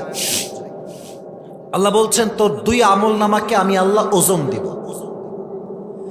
যদি তোর নেক আমলটা, ফামান থাকুলাত মাওয়াজিনু, যদি তোর নেক আমলটা একটু উঠে যায়, মানে একটু ভারী হয়ে যায়, ফাহুয়া ফি আইশাতির রাদিয়া, সঙ্গে সঙ্গে তোর জন্য আমি আল্লাহ জান্নাতের ফয়সালা করে দেব। আয়াত, এটা আল্লাহর কথা। হিসাব কতটা সহজ করবে আল্লাহ তার বান্দার জন্য। আল্লাহ আমাদেরকে ভালোবাসেন না যুবক ভাইয়েরা? বুঝি নাই, বাসে কি বাসে না? বলেন তো যুবক ভাইয়েরা, কিয়ামতের দিবসে জান্নাতে যাওয়ার জন্য দুজন কয়ে যায়, এই বসো, একজন ডান বাম হওয়া যাবে না, বসো বসো বসো। ও রাত 12টা বাজলে ওয়াজ খুব কম হয় এলাকায়, আমি বুঝতে পারছি, ঠিক আছে, সমস্যা না, চলবে চলবে ইনশাআল্লাহ। বলেন জান্নাতে যাওয়ার জন্য 100 আমলে কত আমল লাগবে কে বলতে পারে? 51। কে বলছে একটু হাত তুলুন তো ভাই। মাশাআল্লাহ, বলেন সবাই কত লাগবে? 51। আচ্ছা বলেন তো, কিয়ামতের ওই হিসাব দিবসে পীর তার মুরিদকে চিনবে? মুরিদ তার পীরকে চিনবে? অনেকে যে কয় যে আমার পীর সে আমার জান্নাতে নিয়ে যাবে, আছে না এরকম ভণ্ডরা? আছে না, আছে না, আছে না? সেই দিন তো দেখলাম একজন হুজুর মাজারের সামনে গিয়ে, বাবা আপনার কদমে আমার সালাম বাবা। কেন? বলছে আমার কয়টা এসসি পরীক্ষার্থী আমার সঙ্গে আসছে, দোয়া চাই আপনার কাছে। আমার একটা লজিক আছে, যারা মাজারে গিয়েছেন দেখবেন মাজারের সামনেই এন্ট্রি গেটে কয়েকটা ফকির থাকে, হাতে কি থাকে? হাতে থালা, থালা, থালা। একদম রাইট অ্যান্সার, থালা। ভাইরে কথাগুলো বুঝে শুনবেন, খালি মজা নেওয়ার জন্য শুনেন না। মাজারের বাবা যদি কিছু দিতেই পারত, আপনি মিয়া পুরো বছরে গেছেন একবার, এ ফকির তো তার ন্যাংটা কাল থেকে মাজারেই আছে। তো বাবা যদি কিছু দিতেই পারতো, আপনার আগে ওই ফকিরটা বড়লোক হয়ে যেত। ঠিক কিনা বলেন? ওই ফকিরটার আগে হাতে হাতে থালা ছিল, আজও হাতে থালা। তার মানে দেওয়ার ক্ষমতা বাবার নাই, দেওয়ার ক্ষমতা এক সপ্তাহ। আওয়াজ দিয়ে বলেন তিনি কে? এই জন্য মাথায় রাখবেন, কিয়ামতের দিন কিন্তু পীর তার মুরিদকে চিনবেন। আচ্ছা পীর মুরিদ বাদ দিলাম, মা তার সন্তানকে চিনবে? সন্তান তার মাকে চিনবে? কেউ কাউকে চিনবে না। তো একজন বান্দার আমলনামা ওজন দেওয়া হবে। ছোট্ট একটা ঘটনা বলছি, অ্যামেজিং স্টোরি, অসাধারণ একটা ঘটনা। একজন বান্দার আমল হবে সমান সমান, ডানেও 50, ডানেও 50, বামেও। তার লাগে কয়টা? বুঝলে বলেন লাগে কয়টা? একটা। সে ভাববে কোনো সমস্যা নেই, আরে একটা আমল, বাপ আছে, এদিকে মা আছে, ওদিকে বোন আছে, ওদিকে বউ আছে, একজন দিলেই হবে। এটা কিন্তু কোনো হাসির কথা না। সর্বপ্রথম সে যাবে বাবার কাছে, বলবে আব্বা জান আমার আমল নামা তো সব ঠিকঠাক, একটা আমল হলেই আমি জান্নাতে, আব্বা আমাকে একটা আমল দেন। আব্বা বড্ড ভয়ঙ্কর জবাব দিবে। আব্বা বলবে তুই কে? তুই কই থেকে আসছিস? হাসবেন না যুবক ভাইরা, তুই কে? আমার বাবা আমাকে বলবে আসিফ তুই কে? তোকে আমি চিনি না, যা যা এখান থেকে যা। কিসের একটা আমল? কিসের সন্তান? আমার কোনো সন্তান দুনিয়াতে ছিল না, যা এখান থেকে বের হয়ে যা। অবাক হয়ে যাবে। এবার সে ভাববে বাবা দেয়নি তো কি হয়েছে, মা দিবে। মা আমার আপন, মা আমার সবচেয়ে ভালোবাসার মানুষ, আম্মা জান একটা আমল হলেই জান্নাতি, একটা আমল দান করেন। মা বলবে তুই কে? কই থেকে আসছিস তুই? আমার তো কোনো স্বামী ছিল না, সন্তান তো বহুত দূর কি বাত হ্যায়, যা এখান থেকে বের হয়ে যা। মা, সন্তান, বউ, ছেলে কেউ দিবে না। এবার সে বান্দা হতাশ হয়ে চুপচাপ বসে থাকবে। হঠাৎ করে একজন যুবক আসবে, বলবে এই ভাই টেনশন কিসের, এত চিন্তা কেন, তুমি এত টেনশনে কেন আছো? সে বলবে ভাই আমার তো একটা আমল লাগবে, একটা আমল হলেই আমি জান্নাতি। ওই যুবক বলবে ওই একটা আমল তোমাকে আজকে আমি দান করছি, নিয়ে যাও। করবে না? সে বলবে ভাই আপনি কি মজা করতেছেন? বাপ দেয়নি, মা দেয়নি, বউ দেয়নি, no one has given me just on this, so আপনি আমাকে কেন দিবেন? আপনার মাথা ঠিক আছে? বলবে তুমি কি নিবা নাকি নিবা না? দেন দেন ভাই দেন দেন, আমার লাগবে এটা। নিয়ে সোজা রবের কাছে দৌড়ে যাবে, Allah I got my on this, Allah আমি একটা পেয়ে গেছি, আমাকে জান্নাত দেন আপনি। আল্লাহ বলবে কি ব্যাপার, তুমি একটা আমল কই থেকে পেয়েছো? বাপ দেয়নি, মা দেয়নি, সন্তান দেয়নি, কেউ দেয়নি, তোমাকে দিয়েছে কে? বলবে হাদা আখি, this is my brother who has given me this dates, এটা আমার ভাই যে আমাকে একটা আমল দান করেছে। আল্লাহ বলবে এই তোর মাথা ঠিকঠাক আছে? তুই একটা আমল কেন দিলি আজকে? কেউ তো দেয়নি আজকে একটা আমল। সে বলবে আল্লাহ আমি দিয়েছি একটা বিশেষ কারণ আছে। কি কারণ? আল্লাহ আমার কাছে আছেই মাত্র একটা। আমার কাছে আছেই কয়টা? ও থাকলেও কি না থাকলে কিন্তু জাহান্নামে যাবে, এটা আমি জানি। তাই আমি ভাবলাম যে আমার ভাই কোনো উপকার হয়তো আমি দান করে দিয়েছি। আল্লাহ আল্লাহ বলবে ও আচ্ছা আচ্ছা, তুমি আমার চাইতে বেশি রহমান হতে চাও, তুমি আমার চাইতে বেশি দয়াময় হতে চাও? না না না না, আমার মতো দয়াময় মায়াময় কেউ নয়। এই তুই যে একটা আমল পাইছিস, তুইও জান্নাতে যা। তোকে যে একটা আমল আজকে দান করে সাহায্য করেছে, তুই তাকে নিয়ে একসঙ্গে জান্নাতে যা। কি সুন্দর হিসাব, কি সুন্দর সহজ সরল সুন্দর হিসাব। এজন্য বান্দা যদি আমল ঠিকঠাক করতে পারে, তাই কিয়ামতের দিন চরিত্রবান যুবকদের কাতারে সামিল করবে একজন। আওয়াজ দিয়ে বলেন তিনি কে? এবার একটা কথা, এটা হয়তো অনেকে বলবেন কি আমি জানি, তাও জিজ্ঞেস করছি। বলেন তো, কিয়ামতের দিন বেশিরভাগ পুরুষ জাহান্নামে যাবে, নারীরা বেশি জাহান্নামে যাবে? আমি জানি এটা আপনার বলবেন। উত্তর ঠিক আছে, বাট মতলব মে থোড়া সা গলত হ্যায় মেরে দোস্ত। একটু বুঝতে হবে, ঢালাও ভাবে সব নারী জাহান্নামে যাবে আর আপনি চালাইয়া বেহেশতে যাবেন, তাই না? না, ব্যাপারটা একদম এরকম নয়। হাদিসটা আমি ব্যাখ্যা করছি। হাদিসে আসছে দুই রকমই ব্যাপার। এক হাদিসে আসছে পুরুষ হবে বেশি জাহান্নামী, আর এক হাদিসে আসছে নারীরা হবে বেশি জাহান্নামী। এখন আমরা হুজুরা তো পুরুষ মানুষ, তাই খালি ওই হাদিসটা বলি, নারীরাই যাবে জাহান্নামে and we are the confirm জান্নাতি ম্যান। না, ঠিক না। দুই প্রকারের কথাই আছে। এখন নারীরা এখন জাহান্নামে যাবে, এক, শুনবেন আপনারা, মন আছে আপনাদের সবার? বেশিরভাগ নারী জাহান্নামে যাবে। এক নাম্বার কারণ হচ্ছে স্বামী থাকে বিদেশ আর বউ বিদেশের মাটি বাদ দিয়ে দেশে থাকে, পরকিয়া করে বেড়ায় সারাটা দিন। এই পাইছে একটা ফাউল জিনিস, ইমো। বলো যুবক ভাইয়ের কথা ঠিক আছে কিনা বলো? এই সমস্ত মেয়েগুলো স্বামীর জীবন নষ্ট করে, পরপুরুষের জীবনটাও নষ্ট করে দেয় একেবারে। প্রিয় বোন আমার, যদি আপনি রাগ করছেন নাকি আমার কথা ভাইয়েরা? না, আমি কিন্তু কারো বিরুদ্ধে না। প্রবাসের ভাইরা যে আমাকে কত ভালোবাসে এটা আপনার কোনো ধারণাই নাই, আউট অফ আইডিয়া। আপনি জানেন না কত ভালোবাসে। আমার কথা একটা, প্রবাসে গিয়ে 7-8 বছর ঠাই কেন? এটা ঠিক না। নতুন বিয়ে করলেন, বউটা কেবল আসলো বাসায়, এটা দেখবেন যে বিয়ে করেছে 3 মাস হয়েছে, স্বামী বিদেশ। কথা ঠিক আছে না ভাই? আচ্ছা, মেয়েটা কেবল বিয়ে করে আসলো, বয়স মাত্র 19-20, স্বামী গিয়ে 4 বছর 5 বছর খবর নাই। মেয়ের তো চরিত্র এমনিতেই নষ্ট হয়ে যাবে যুবক ভাই, এটা ঠিক না। তো বেশিরভাগ মেয়ে জাহান্নামে যাবে পরকীয়ার জন্য। 2, বেশিরভাগ মেয়ে জাহান্নামে যাবে তাকফুরনাল আশির, স্বামীর অবাধ্য হওয়ার কারণে। কিছু মেয়ে জাহান্নামে যাবে চরিত্র নষ্ট হওয়ার কারণে। কারণ আজকালকার মেয়েরা বিয়ের আগে 10 ঘাটের পানি খেয়ে বিয়ে করে। এত ঠিক বইল না, তোমরাও কম সুবিধা না। তবে মাথায় রাখবেন, কথা স্পষ্ট, যে 5 ঘাটে পানি খেয়ে বিয়ে করবে তার 10 ঘাটে পানি খেয়ে তাকে বিয়ে করবে। তুমি যেমন লুচ্চা নাম্বার 1 হবা, সেও লুচ্চা নাম্বার 2 হবে যুবক ভাই, ঠিক কিনা বল? এজন্য নিজে ভালো তো জগৎ ভালো, নিজে ভালো তো সমাজ ভালো, নিজে ভালো তো নিজের বউ ভালো, ঠিক কিনা বলো? আল্লাহ প্রত্যেকটা যুবককে এই সমস্ত পরকীয়ার থেকে হেফাজত করো, সকলে পড়া আমিন। শেষ কথা, 2nd চ্যাপ্টারে কবরের জীবন তো শেষ হলো, আখিরাতের জীবন শুরু হলো।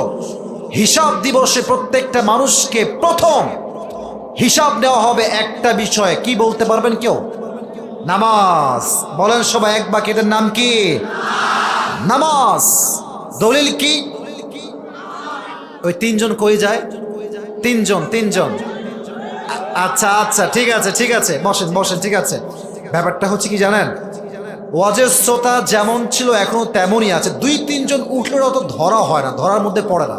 তবে হ্যাঁ, সবাই তো ওয়াজ শুনতে আসে না, অনেকে আমাদের চেহারা দেখতে আসে খালি। হ্যাঁ, সারা জীবন ফেসবুকে দেখলাম, সারা জীবন ইউটিউবে দেখলাম, চল আজকে সরাসরি দেখবো। ওয়াজ শুনতে আসে নাই, বক্তার চেহারা দেখতে আসছে।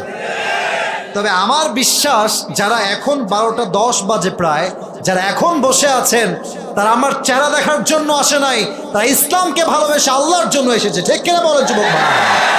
আর আমার একটা ওয়াদাময় করতে হবে এখন এই মুহূর্তে, কারণ আজকে 12টা যেহেতু পার হয়েই গিয়েছে। সবাই আমার সঙ্গে একটা ওয়াদা করেন, আমার ঘড়ির টাইম একটু কম বেশ আছে, সবাই বুকে হাত রাখেন, বুকে হাত রাখেন। বলেন আপনারা সবাই হুজুর। হয় নাই, জোরে বলেন হুজুর। আমরা মাগুরার সন্তান। আপনাকে ওয়াদা করলাম, যতক্ষণ পর্যন্ত দোয়া না হচ্ছে আমরা কেউ উঠে যাব না। দুই হাত তুলে সকলে বলেন ইনশাআল্লাহ। মারহাবা। এবার দেখবো উঠে কেডা। উঠলি খবর আছে ভাই। আর আমার ভাষা কিন্তু কিছুটা মানুষের মিলবে, কারণ আমার জন্ম কিন্তু খুলনায়, জানেন আপনারা? এই মাগুরা কিন্তু খুলনা বিভাগের মধ্যে না। আমার জন্ম কিন্তু খুলনায়। আমার 14 গোষ্ঠী দে আর ফ্রম খুলনা। তা আমি যদি খুলনার সন্তান হই, আমি তো মাগুরারও সন্তান, কারণ মাগুরা তো বিভাগটা খুলনা নাম, ঠিক কিনা বলেন? অতএব মেহেরবানি করে আমাকে আপন ভেবে আর কিছুক্ষণ সময় আপনাদের কাছে আমি আবদার করছি, থাকবেন, রাজি আছেন তো ইনশাআল্লাহ? প্রথম হিসাব হবে নামাজ। ইয়াতাসাআলুনা আনিল মুজরিমিনা মা সালাকাকুম ফি সাকার ক্বালু লাম নাকুম মিনাল মুসাল্লিন। On the day of judgment, the people of hellfire, they will be asked about what is the sins that brought you in the hellfire. Hey bhai, তুমি আজকে জাহান্নামে আসছো কেন? জবাব দিবে একটা, ক্বালু লাম নাকু মিনাল মুসাল্লিন। আমার সব ঠিকঠাক ছিল, বাট আমি নামাজি বান্দা ছিলাম না। এই নামাজটার জন্য আল্লাহ আমাকে জাহান্নামে নিক্ষেপ করেছেন। আউযুবিল্লাহ পড়বেন না আপনারা সবাই? আমাদের ইসলামের শ্রেষ্ঠ খলিফা, বীর বাহাদুর খলিফা, রাষ্ট্রনায়ক, অর্ধ জাহানের খলিফা, সাহাবীর নাম কি বলতে পারবেন? এত আসতে বললেন যে, সবাই বলেন নামটা কি? নামাজ কি আমি আজকে আপনাকে বুঝাইছি। ওমরে ফারুকের কাছে একবার একজন অগ্নি উপাসক ইসমুহু আবু লুলু আল মাজুসি আসছে। ঘটনা বলছি, মন দিয়ে শুনবেন, লম্বা ঘটনা, শর্টকাটে বলছি। I hope this story will change your life completely ইনশাআল্লাহ। এসে বলছে, ওমর, একটা অভিযোগ আছে। তুমি কি মুসলমান? না, আমি মুসলমান না, আমি অগ্নি উপাসক। কি অভিযোগ বলো? অভিযোগটা হচ্ছে, আমার যে মালিক আছে, যে মনিব আছে, তিনি প্রত্যেক দিন আমাকে গোলাম হিসেবে 6 দিরহাম চার্জ করে। মুরব্বী যুবক বলেন তো কয় দিরহাম? হাত তুলে বলেন কয় দিরহাম? 6। তো আপনি একটু মেহেরবানি করে কমায় দেন। আপনি মালিককে বললে মালিক শুনবে। তো বলছে, তুমি কি কাজ করো? What is the source of your business? What is the source of your earn money? তোমার টাকার উৎস কি? ব্যবসার উৎস কি? কি কাজ করে তুমি খাও? তো সে বলল, অমর, আমার একটা ব্যবসা আছে, আমি মূলত খঞ্জর বানাই। এটাকে আমরা বাংলায় বলি চাকু কিংবা ছুরি। চাকুর নাম জানেন না আপনারা সবাই যুবক ভাইরা? এটাকে আরবিতে বলা হয় খঞ্জর। হাদিস থেকে বোঝাই, আগে আমার হাত দেখেন, একটা আঙ্গুল, দুইটা আঙ্গুল দেখা যায়? এটাও ছুরি, এটাও ছুরি। হাদিসে আসছে মাকবাদাতুহু ফি ওয়াসাতি। খঞ্জরের হ্যান্ডেলটা হচ্ছে মাঝখানে, ডানেও ছুরি, বামেও ছুরি। যদি আরো ভালো করে বুঝতে চান, মাহফিল থেকে গিয়ে গুগলে লিখবেন, গুগলে সুলতান কাবুস, দেখবেন তার একটা চিত্র আসবে। তার এই ডান পাশে, পেটের ডান পাশে ঠিক এই সাইডে লম্বা একটা খঞ্জর আছে। এটাকে আমরা বলি চাকু কিংবা ছুরি। তো বলছে, তাই নাকি? তোমার তো অনেক লম্বা ব্যবসা, বড় ব্যবসা। তোমার তো 6 দিরহাম নয়, তোমার তো মিয়া 10 দিরহাম চার্জ হওয়ার কথা। এ কথা শুনে আবু লুলু আল মাজুসি বলছে, ও আচ্ছা, আমি তো মুসলমান না, তাই আমার প্রতি তোমার কোনো দরদ নাই, তুমি সবার বেলায় নরম। আর আমি যেহেতু আবু লুলু আল মাজুসি, অগ্নি উপাসক, সবার বেলায় নরম, আমার বেলায় তুমি হয়েছ। সবার বেলায় নরম, আমার বেলায় তুমি হয়েছ। দাঁড়াও, খেলা হবে, দেখবো যে কার শক্তি বেশি। এই হুমকি দিয়ে বের হয়ে গিয়েছে। এবার বের হওয়ার পরে সারা রাত মিলে, হাদিসে মন দেন, হাদিসে সারা রাত মিলে বিশাল লম্বা একটা খঞ্জর বানিয়েছে। অমরকে সে হত্যা করবে তার জন্য। নাউজুবিল্লাহ পড়বেন না? আচ্ছা, শীতকালে আমরা শীত লাগলে কি মুড়ি দেই গায়ে? চাদর। Right answer. বলেন কি মুড়ি দেই?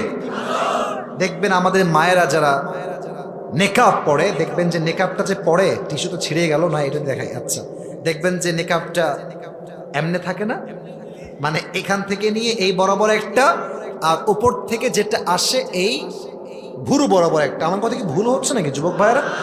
নেকাব পরে। তো সে কি করেছে? যেহেতু সে মুনাফিক, যেহেতু সে মুসলিম নয়, সে পুরো দেহকে চাদর দিয়ে আবৃত করেছে। চাদরের এক পার্ট দিয়েছে, এই হাদিসটা প্র্যাকটিক্যালি বুঝবেন, এই বরাবর এটা এমনি দিয়ে ভাঁজ দিয়ে পেছনে, আর উপর থেকে এই পর্যন্ত আর একটা দিয়েছে। ফজরের আজান যখন হয়ে গিয়েছে, মুনাফিকের বেশে, ছদ্মবেশে, রূপ ধরে নামাজ পড়তে আসছে। ওমর ফারুক যখন আসছেন নামাজ পড়াবার জন্য, সফু সফু ফাকুম, সফু সফু ফাকুম, কাতার সোজা করো, কাঁধে কাঁধ মিলিয়ে দাও। এবার তিনি আল্লাহু আকবার দিয়ে 2 হাত বেঁধেছেন। এবার সবাই আমার চেহারা না দেখে 2 হাত দেখেন, আমার পেটের দিকে তাকান, হাদিসটা প্র্যাকটিক্যালি বুঝবেন। উনি হাত বেঁধে প্রথমে সানা পড়েছেন, সূরা ফাতিহা পড়েছেন, তারপর তিনি কিরাত পড়েছেন। এবার তিনি আল্লাহু আকবার দিয়ে রুকুতে গিয়েছেন। যখন দাঁড়িয়ে থাকি দেহ থাকে লম্বা সোজা, রুকুতে গেলে এটা সমান হয়ে যায়। কথা ঠিক আছে যুবক ভাইরা? যখন তিনি আল্লাহু আকবার দিয়ে রুকুতে গিয়েছেন,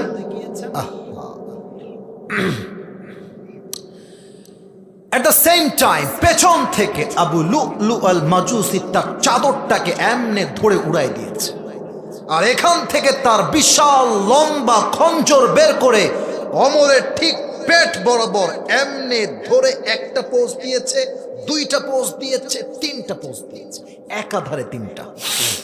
হাদিসে আসছে 3টা পোচে এতটা ধার, এতটা শার্প, ধারের চোটে ওমরের পেট 2 ভাগ হয়ে নাড়ি ভুঁড়ি রক্ত সব বের হয়ে আসছে। নাউজুবিল্লাহ পড়েন সবাই। নাড়ি ভুঁড়ি বের হয়ে গিয়েছে, আর ওমর নামাজের মাঝেই চিৎকার দিয়ে বলছে, কতালানি আল কালব, আমাকে একটা কুকুর হত্যা করেছে, আমাকে বাঁচাও। এই কথা বলেই তিনি সেন্সলেস, জ্ঞান হারিয়ে ফেলেছেন। নামাজ কাকে বলে?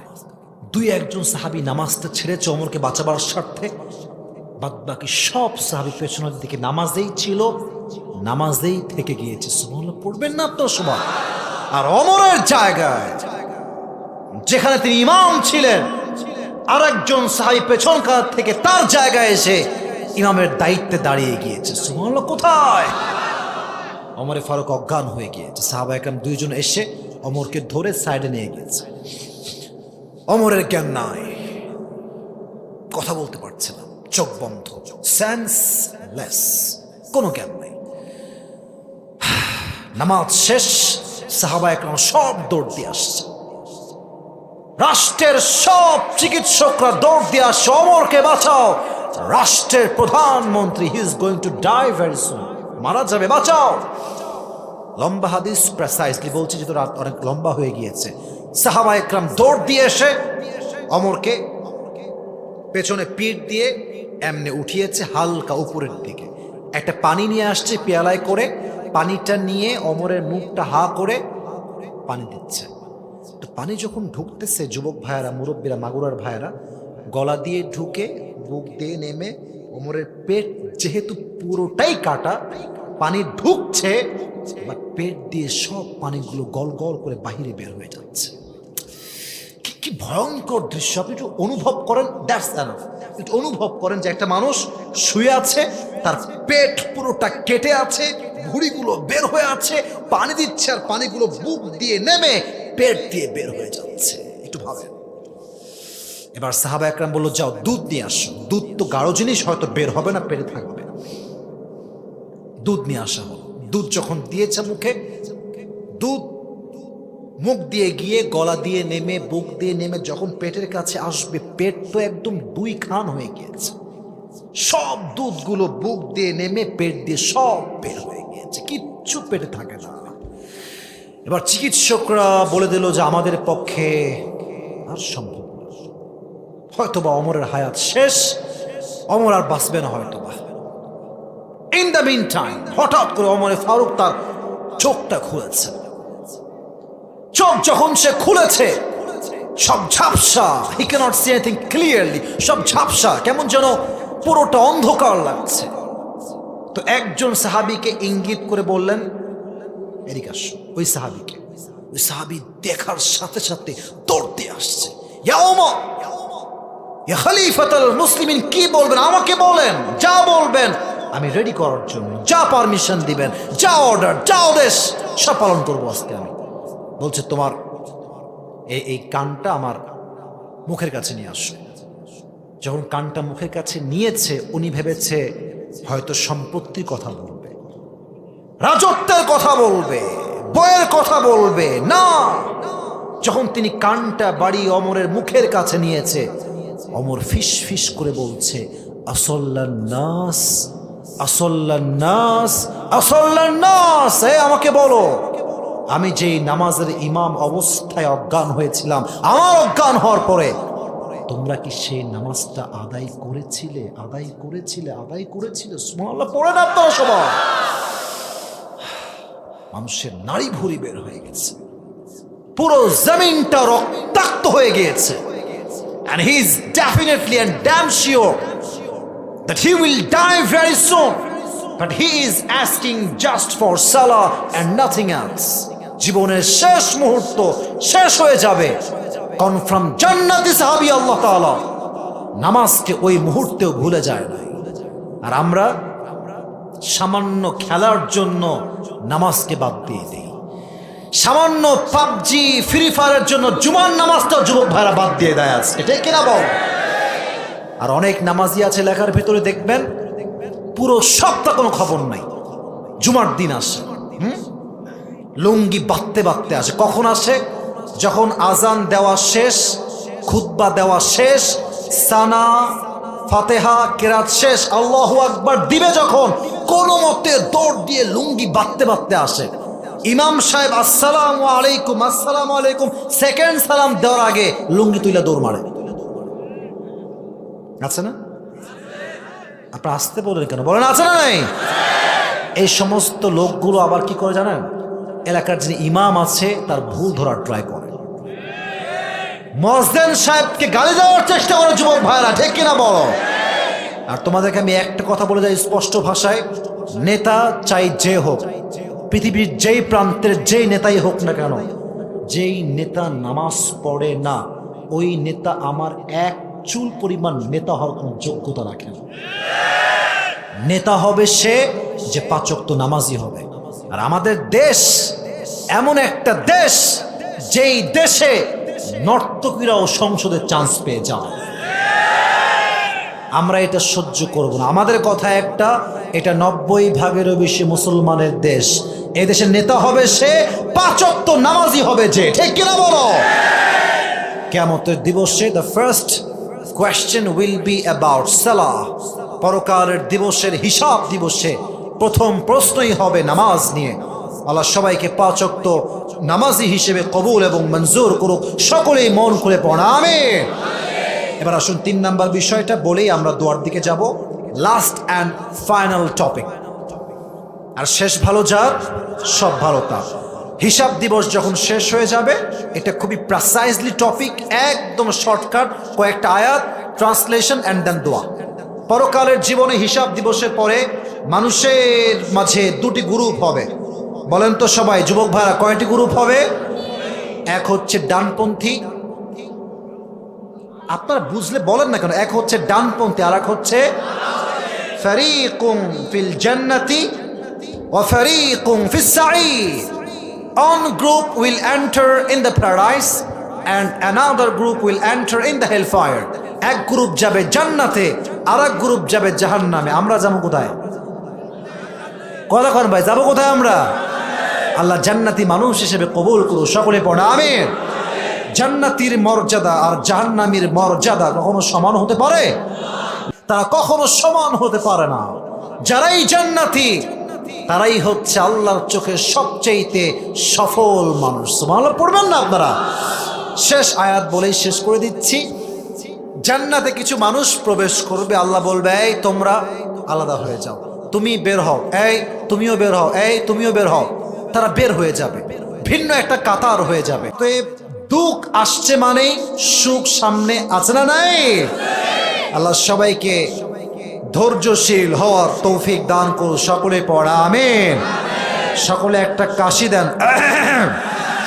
এবার একটা তাকবীর দিয়ে প্রমাণ করবেন যে মাগুরার সন্তানরা শুরুতেও বাঘের বাচ্চা, শেষেও বাঘের বাচ্চা। দেন একটা তাকবীর, লিল্লাহি তাকবীর। আল কোরআনের আলো, আল হাদিসের আলো, কোরআন হাদিস যেখানে, আলেম ওলামা যেখানে, মাগুরাবাসী যেখানে, আল্লাহ সকলকে কবুল করুন। সকলেই পড়া আমিন। আপনারা ওয়াদা রেখেছেন, থ্যাংক ইউ সো মাচ।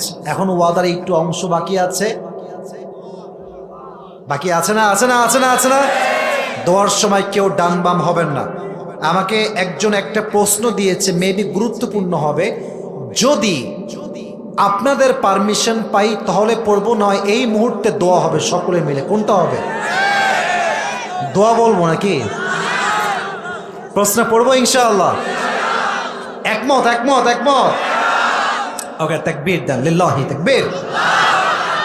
প্রশ্ন যদি আমার আউট অফ ক্যাপাসিটি হয়, then I will not answer of this question, okay? And if it is in my capacity, then I will try my best to answer of this question, inshallah. আচ্ছা, আসসালামু আলাইকুম। ওয়া আলাইকুম আসসালাম। মুহতারাম, তাকদীরের সম্পর্কে কিছু কথা বলার জন্য সবিনয় অনুরোধ করছি। খারাপ ভালো তাকদীর সম্পর্কে আল্লাহ এবং তার রাসূল সাল্লাল্লাহু আলাইহি ওয়াসাল্লাম কি মেসেজ দেয়, এ সংক্রান্ত কিছু কথা বলার জন্য সবিনয় অনুরোধ রইল। দেখেন, আমি একটু কথাগুলো বুঝাবার ট্রাই করি। জানি না কে দিয়েছেন, যে দিয়েছেন হাত তুলে একটু ভালো হয়, ভালো হয়, কোনো সমস্যা নেই। কে দিয়েছেন ভাইজান? এটা আপনি দিয়েছেন, কোনো সমস্যা নেই, কোনো সমস্যা নেই। আমি বলি, আপনি তো কমিটির না? হ্যাঁ, এই তো পাঞ্জাবি দেখে বুঝেছি কমিটির লোক, মাশাআল্লাহ। এখন প্রশ্নের উত্তরটা আমি আগে বুঝাই বলি। তাকদীর নিয়ে বেশি কথা বলা উচিত নয়, এটা হাদিসের কথা। তাকদীর নিয়ে আপনি যত বেশি বলতে যাবেন আপনি প্যাচ খাবেন, কারণ তাকদীরের অনেক বিষয় বোঝা অনেক মুশকিল। আমার এখনো মনে আছে, আমি যখন দাওরায়ে হাদিস অর্থাৎ মাস্টার্সে ক্লাস করতাম, আমি 2 বছর আগে কথা বলতেছি, আমার ওস্তাদ, যিনি বুখারীর ওস্তাদ, তিনি বারবার বলতেন, তোমরা তাকদীর নিয়ে বেশি কথা বলতে যাবা না। তাকদীরের বেসিক কিছু কনসেপ্ট মাথায় রাখবা, বাদ বাকি তোমরা কিছুটা এড়িয়ে চলা ট্রাই করবা। বেসিক কিছু কনসেপ্ট বলছি, মাথায় রাখবেন। আশা করছি বুঝতে কিছুটা হলেও সুবিধা হবে। রাজি আছেন তো ইনশাআল্লাহ? তাকদীরের প্রথম বিষয়, ভাগ্যে যা ঘটে, whatever happens in your life, whether it is bad or good, everything happens from your Lord. যা ঘটে, চাই ভালো হোক কিংবা খারাপ হোক, এই সব কিছুর ক্ষমতা, হাত তুলে বলেন, কার? وَإِن يَمْسَسْكَ اللَّهُ بِضُرٍّ فَلَا كَاشِفَ لَهُ وَإِن يُرِدْكَ بِخَيْرٍ فَلَا رَادَّ لِفَضْلِهِ। এটা হচ্ছে একটা দলিল। If Allah subhanahu wa ta'ala should touch you with goodness, there is no repeller to expect of his mercy and blessing. আল্লাহ যদি তোমার ভালো করতে চায়, কেউ কি আটকাইতে পারবে? وَإِن يُرِدْكَ بِخَيْرٍ فَلَا رَادَّ لِفَضْلِهِ। অতএব ভালো চায় আল্লাহ, খারাপও চায় আল্লাহ, সবকিছু আল্লাহর হাতে। অতএব তাকদীরের সব বিষয় আমরা ভরসা করব একজনকে, তিনি কে? এখন কথাটা যে হুজুর, তার মানে আমি যে জেনা করছি এটাও কি আল্লাহ লিখে রেখেছেন? আর একটা বিষয় আমি আগে বুঝাই। আচ্ছা হুজুর, আমি যে আজকে অ্যাক্সিডেন্ট করলাম, আমার ক্ষতি হয়ে গেল, আমার বংশ নষ্ট হয়ে গেল, এটাও কি আল্লাহ আমার ভাগ্যে লিখে রেখেছেন? আচ্ছা হুজুর, আমার যে এত বড় ক্ষতি হয়ে গেল, এটাও কি আল্লাহ লিখে রেখেছেন? তাহলে তো হুজুর আমি আজ থেকে কাজ কাম সব বন্ধ করে দেবো, যা হবে আল্লাহ দেখবে। এটা প্রশ্নের টপিক। উত্তর হচ্ছে এই না। ইসলামে তাকদীরকে এমন ভাবে নির্ধারণ করা হয়েছে, বান্দার চেষ্টা এবং দোয়া, এই দুইটার মাধ্যমে বান্দা চাইলে তার তাকদীরকে পরিবর্তন করতে পারে। সুবহানাল্লাহ পড়বেন না আপনারা সবাই? দলিল দিচ্ছি হাদিস থেকে। হাদিসে আসছে, قال رسول الله صلى الله عليه وسلم التقدير لا يرد। ভাগ্যের কোনো পরিবর্তন নাই, ওয়ালাকিন বিদুআ, কি সুন্দর হাদিস! আল্লাহর হাবিব বলছেন দোয়া এমন একটা হাতিয়ার যে দোয়ার মাধ্যমে বান্দার তাকদীরটাও পরিবর্তন হয়ে যায়। সুবহানাল্লাহ পড়বেন না আপনার সময়? আচ্ছা, এখন বললেন হুজুর দোয়া করলে পরিবর্তন হয়ে যায়, আমি দোয়া করলাম তাও তো কিছু হইল না। যদি দোয়ার পরেও কিছু না হয়, ওখানে আপনার ঈমান থাকতে হবে যা হয়ে গিয়েছে বা যা লেখা আছে এর মাঝে একটা কল্যাণ রেখেছে একজন, তিনি কে?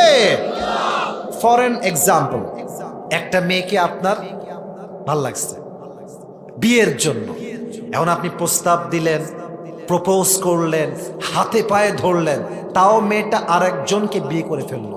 এখন বলবেন হুজুর আপনি বললেন দোয়া দিয়ে কাজ হয়, চেষ্টা দিয়ে কাজ হয়, আমি তো আমার সর্বোচ্চটুকু দিয়ে ট্রাই করেছি। ভাইজান, কোন মেয়ে কার জন্য পারফেক্ট হবে এটা বান্দার চাইতে 1 সপ্তাহ বেশি জানে, তিনি কে? He knows better than you, he knows better than you. Allah তোমার চাইতে ভালো জানে। অতএব তাকদীরের ক্ষেত্রে 1, দোয়া করবেন বেশি বেশি। 2, you have to try your best, you have to work very hard to change your destiny. আপনাকে আপনার সর্বোচ্চ ট্রাই করে ভাগ্যের চাকা খুলতে হবে। আয়াত, কোরআন, দলিল, রেফারেন্স কি? ইন্নাল্লাহা লা ইউগাইয়িরু মা বিকওমিন হাত্তা ইউগাইয়িরু মা বিআনফুসিহিম। যারা হাফেজ আছো তার আয়াতগুলো জানো। আল্লাহ তাআলা বলছেন, আল্লাহ তাআলা একজন বান্দার কপাল ততক্ষণ পর্যন্ত পরিবর্তন করে না যতক্ষণ পর্যন্ত সে নিজে ট্রাই না করে। সুবহানাল্লাহ পড়বেন না আপনারা সবাই? আচ্ছা, আমি আসিফের কথা আমি এক্সাম্পল হিসেবে বলি, হয়তো বুঝবেন ভালো। আমি যদি আমার দীর্ঘ 3 বছর আগে ক্যামেরা সামনে না রেখে ওয়াজ না করতাম, ট্রাই না করতাম, আজকে মাগুরাতে আমি মাহফিলের দাওয়াতটা পেতাম না। আমি তখন ট্রাই করেছি, একদিন আমার ভিডিও একটা ভাইরাল হয়েছে, আরেকদিন আরেকটা দেখছে, আস্তে আস্তে আস্তে আমার ইমপ্রুভমেন্ট হয়েছে, মানুষ আমাকে চিনতে পেরেছে। ওই যে চেষ্টা, আমার ভাগ্য আল্লাহ নিজেই খুলে দিয়েছে। ঠিক কিনা বলেন যুবক ভাই? অতএব আমার ভাগ্য যে পরিবর্তন হয়েছে, এখানে আমারও একটা চেষ্টা আছে, আমারও একটা এফোর্ট আছে। অতএব ভাগ্য সবকিছু আল্লাহর উপরে ডিপেন্ড করে, বাট বান্দা দোয়ার মাধ্যমে, চেষ্টার মাধ্যমে চেঞ্জ করতে পারে।